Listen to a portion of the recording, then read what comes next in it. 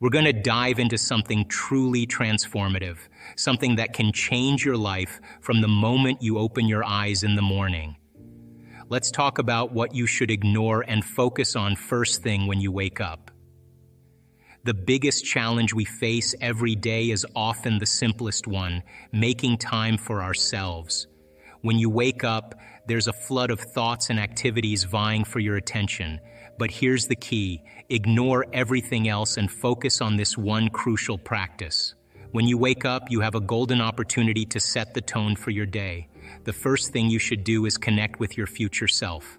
What does that mean? It means that instead of letting your old habits and reactions dictate your morning, you choose to align yourself with the greatest version of who you want to be.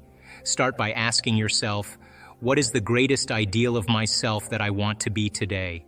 This is not just a question, it's a way of being. Before you even get out of bed, take a few moments to visualize the person you want to be. Imagine yourself living in alignment with your highest self. Feel the emotions of that ideal state. If you're striving for more confidence, see yourself acting with unwavering confidence. If you want to be more loving, visualize yourself radiating love and kindness. This practice is crucial because our brains are wired to create reality based on our thoughts and feelings. When you start your day by connecting with your future self, you are essentially programming your brain and body to operate from this new state of being. You're not just dreaming about this ideal self. You're starting to live as if you are that person right now. Now, why is this so important? Here's the deal. Most people wake up and immediately start reacting to their environment. They check their phones, think about their to-do lists, and get caught up in the stress of daily life. But by doing this, they're letting their old habits and past experiences control their day. Instead, when you focus on your highest self first thing in the morning, you break free from the patterns of the past and create a new reality for yourself. Think of it this way. When you wake up and align with your future self, you're creating a new blueprint for your day.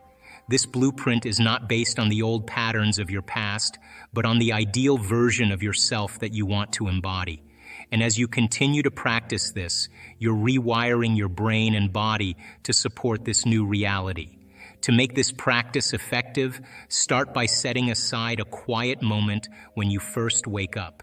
This is a great opportunity to create a positive start to your day. It can be right when you open your eyes or even while you're still lying in bed. The key is to find a moment of calm where you can focus on yourself without any distractions. First, get comfortable in your bed. You don't need to rush. Take a few seconds to settle in and make sure you're relaxed. You might still be a little sleepy, and that's okay. Just make sure you're in a position where you can be still and peaceful for a few moments. Next, gently close your eyes. Closing your eyes helps to shut out the external world so you can turn your focus inward. It's like giving yourself a mini break from everything around you. As you close your eyes, start to pay attention to your breathing. Take a deep breath in through your nose. Feel the air fill your lungs completely. Hold that breath for a moment, and then slowly exhale through your mouth. This helps to calm your mind and body. As you continue to breathe deeply, let yourself relax even further. Focus on each breath as it comes in and goes out. With each breath, imagine tension and stress leaving your body. If you notice any areas of tightness or discomfort, breathe into those areas and allow them to soften. You might notice your shoulders dropping or your muscles loosening. This is a sign that your body is beginning to let go of any tension it's been holding on to. Allow yourself to be fully present in this moment. Don't worry about what you need to do later or anything that happened yesterday. Just focus on your breathing and how you're feeling right now. It's helpful to remind yourself that this time is for you, to set a positive tone for the day ahead. While you're in this relaxed state, think about how you want to start your day. Visualize yourself moving through the day with calm and positivity. Imagine yourself handling any challenges with ease and grace. See yourself interacting with others in a kind and compassionate way. This mental rehearsal helps to set a clear intention for how you want to approach the day. You can also use this time to practice gratitude. Think about a few things you're thankful for. This could be anything from a supportive friend to a beautiful sunrise. Focusing on gratitude helps shift your mindset to a positive state and can make a big difference in how you experience the day. If you have a specific goal or intention for the day, now is a great time to focus on it. Imagine achieving that goal and how it will feel. Picture the steps you need to take to get there and visualize yourself succeeding. This helps to align your thoughts and actions with your desired outcome. Visualize yourself as the ideal version of yourself. Imagine how you would act, feel, and think throughout the day. Engage all your senses in this visualization. See the world through the eyes of your future self. Feel the emotions that come with being this person. Hear the words and sounds that resonate with your highest self. As you do this, you're not just imagining, you're creating new neurological pathways in your brain. You're telling your brain and body that this is who you are now. This new state of being is starting to become your new reality. But there's more. As you continue this practice, you'll notice that your old habits and reactions start to lose their grip on you. You're no longer controlled by your past experiences or emotional triggers.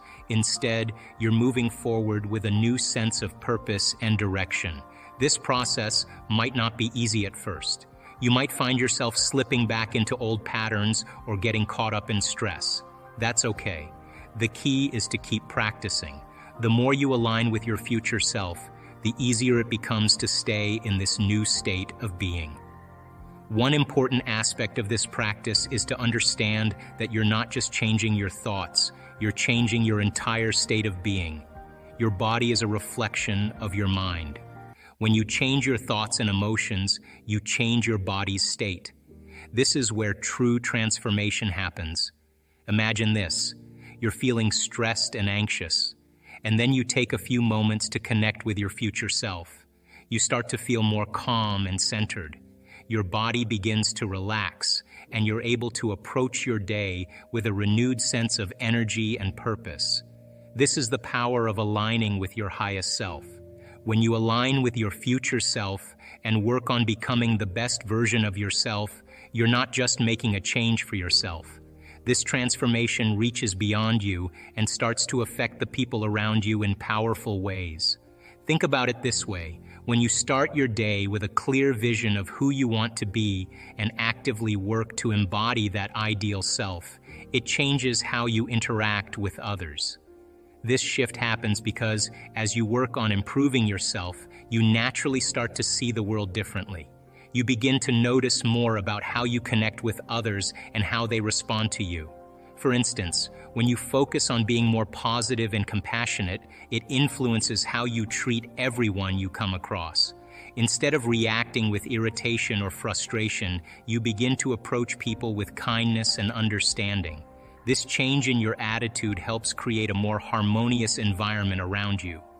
People respond to positivity, and when you bring this into your interactions, you often see them react in a more positive way too.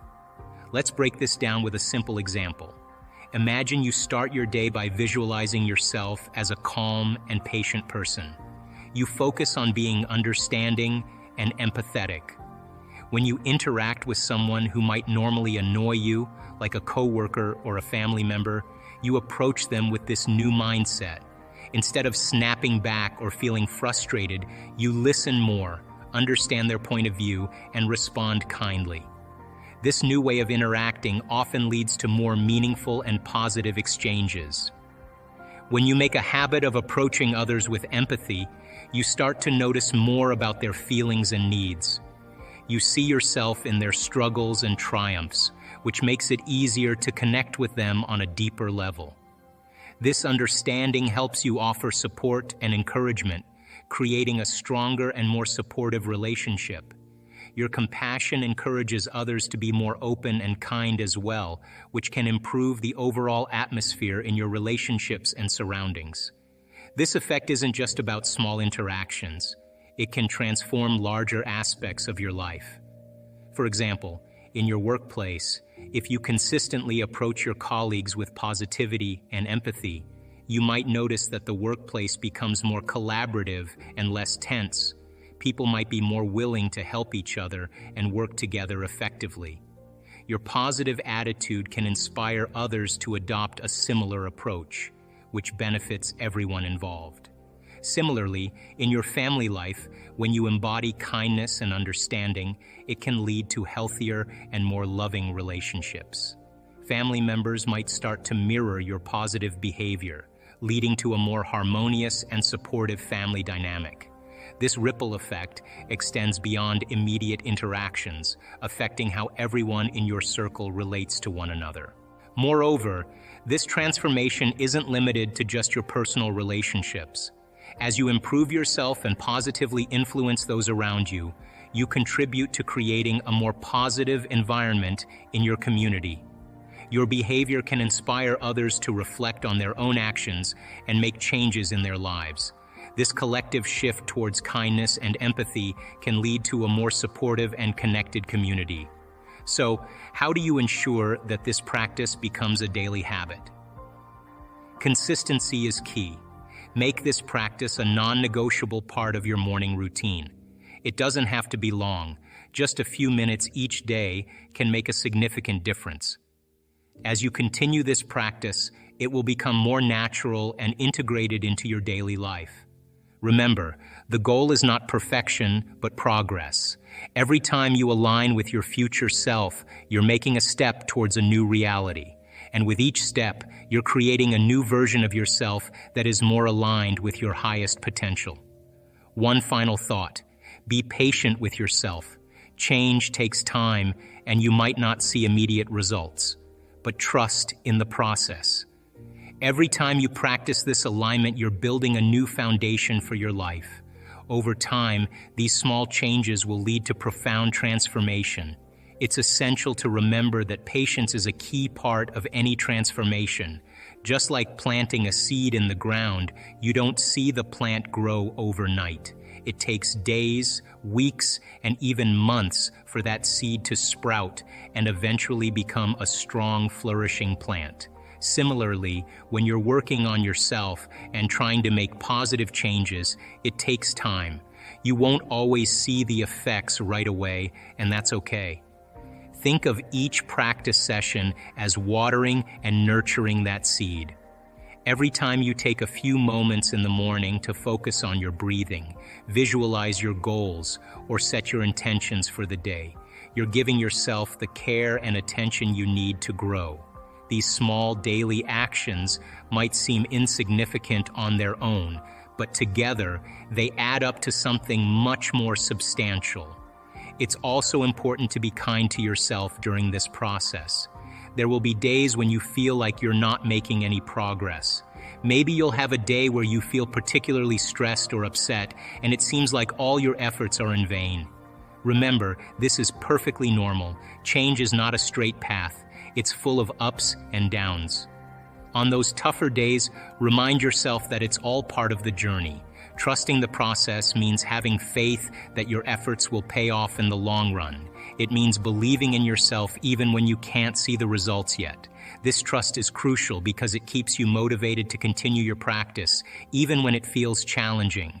Keep in mind that every time you practice aligning yourself with your goals and intentions, you're reinforcing new, positive habits.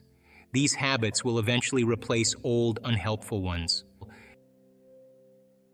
We feel to certain problems and conditions in our life, the more we pay attention to them. So we give our power away to our ex. We give our power away to that big problem. And that's creative energy that we should be able to use to create a new future. Now the person's back in the past. But if they become aware that they're siphoning energy out of the present moment into the past, and they settle the body back down into the present moment, that's a victory. And those victories add up, and you're telling the body in that moment that it's no longer the mind, that you're the mind, and that's a victory. You become aware that your body wants to get up and move, and you're in the meditation. And you tell your body, you bring it back to the present moment, you settle it back down, you are training the animal. That's a victory. Now you're executing a will that's greater than the program, because most people lose their free will to a program. Now you're telling the body, I'll tell you when we get up, not when you want to get up. You're not the mind, I'm the mind. And that's a victory. If you keep doing this and you stay with it, sooner or later the body's going to surrender to a new mind. And when that happens, there's a liberation of energy. The body is freed from those habituations and those emotions. The body's going from particle to wave, from matter to energy. And all of a sudden you're dialing down the anger, you're dialing down the vigilance, and the body now is being conditioned to a new mind. That is the present moment. And when you're in that present moment, something really amazing happens. You forget about you. You're basically just an awareness. You're in the unknown, and that is the perfect place to create from. So it turns out that when people do this properly, they heal themselves of anxiety. Why? Because they're no longer obsessing about some future. When they find the present moment, they heal from their depression because they're not hopeless and powerless in their past. The body's conditioned now. This realm has an infinite amount of space. Space is eternal, and we experience time as we move through space. When you feel that feeling and it's visceral, no person, no thing, no experience will stand in the way between you and that vision, and you will be initiated by the universe into wealth. Once you start feeling unlimited, once you start feeling abundant, once you start feeling worthy, now you're teaching your body chemically to understand what your mind has intellectually understood. Now it begins to come to you. You become the vortex or the magnet to your destiny. You are not going anywhere to get anything. You are actually collapsing space and time, and you are drawing the experience to you. You are the vortex, because when there's a vibrational match between your energy and that potential that exists in the quantum field by tuning a radio dial, when you lock into that frequency, if you keep revisiting that energetic signature over again every single day, then you don't have to go anywhere and get it. The new job finds you, the new house actually finds you, the new relationship finds you, because you are the vortex that's drawing the experience to you. The universe only gives us what we think we're worthy of receiving, so we got to come initiated into this and understand it. If you want to create a new life, a new personal reality, you got to change your personality, which means you better start thinking about what you've been thinking about and changing it. You begin to become conscious of your unconscious actions or habits or behaviors and modify them, and then we have to begin to look at the emotions that we live by every single day that keep us connected to the past and decide, do these emotions belong in our future? So most people are trying to create a new personal reality as the same personality, and it doesn't work. You literally have to become someone else.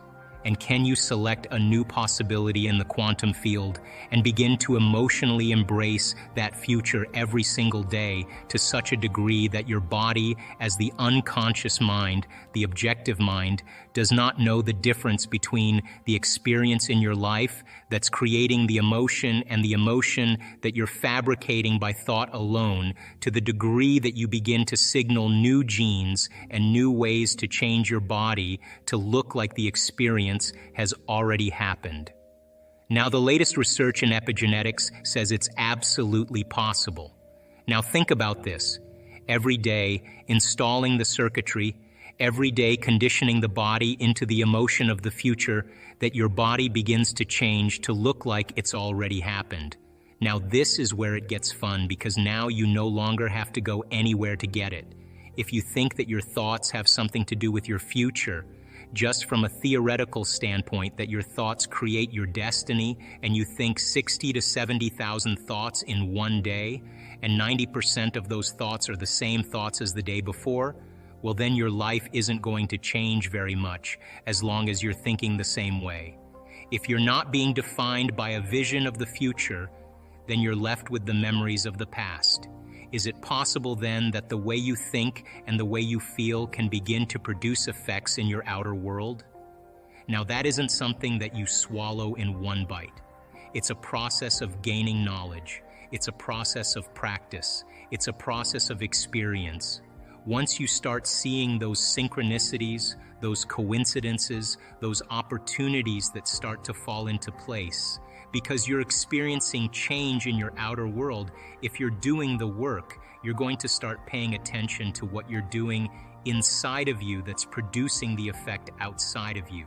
Once you correlate the changes of what you're doing inside of you with the effect you produce outside of you, you're going to pay attention to what you did, and you're going to do it again, and all of a sudden you're going to start believing more that you're the creator of your life and less of the victim of your life. Those same thoughts lead to the same choices. The same choices lead to the same behaviors. The same behaviors create the exact same experiences, and we anticipate the same feelings or emotions from those experiences. And those emotions are the payoff that drive our very same thoughts. So our biology, our neurocircuitry, our neurochemistry, our hormones, and even our gene expression will be equal to how we think, how we act, and how we feel. And how we think, how we act, and how we feel is called our personality, and our personality creates our personal reality. That's it. I want people to begin to understand that thoughts are very powerful, feelings drive our thoughts, and that they can begin to create a better life for themselves once they understand some of these principles. We live in a world where often when people think about visioning the future, they vision stuff. So you have a vision of the car you want, or you have a vision of an amount of money you want, or you have a vision of a home you want, and you see this with people with their vision boards.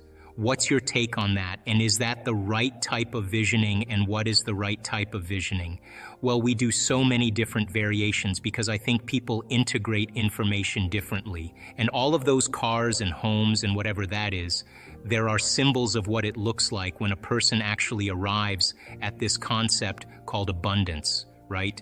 So if those things help them to associate with something that creates a feeling of abundance and they're building their vision board to help them to get clear on their intent, then that's fine, because they're associating objects or things or material things that they'll say, that's when I know that I'm abundant. That's fine.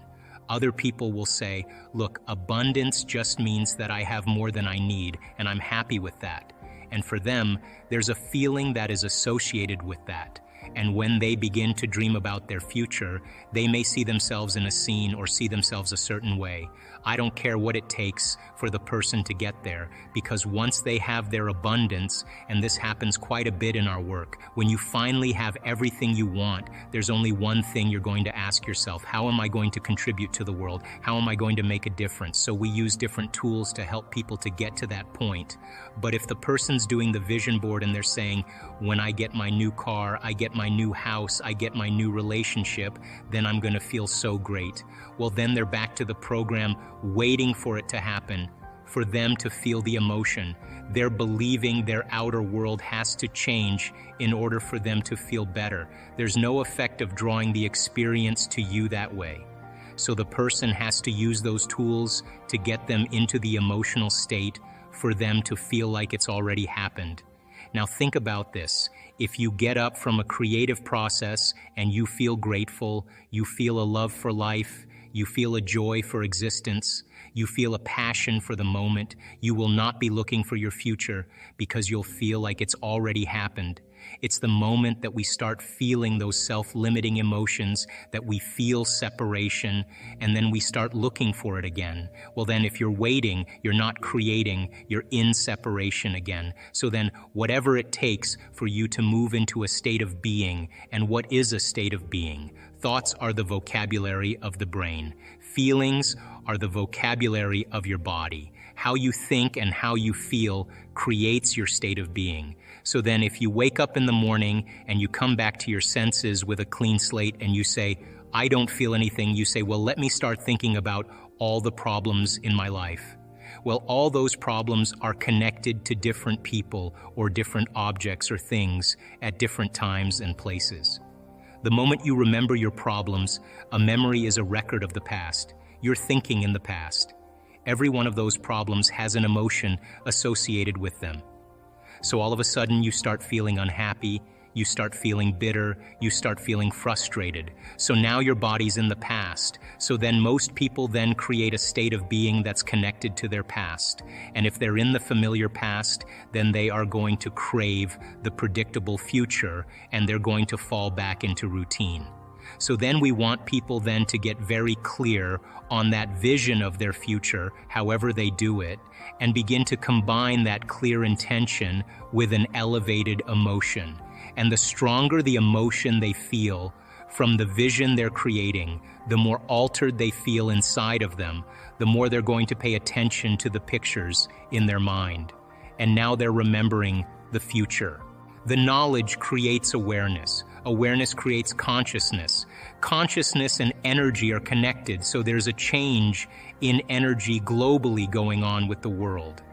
Now that knowledge and that change of energy has effects on paradigms that are no longer a vibrational match with that new level of consciousness. This is the time we've been waiting for. This is where it's happening in the Milky Way. This is happening here because there's a true coming of a new consciousness. It's not one person that's coming. It's a collective consciousness that's emerging. If you look around the world right now, whether you're looking at the economic model or the political model or even certain aspects of the religious model, the environment, the medical model, there's several different parts of our culture that's beginning to collapse.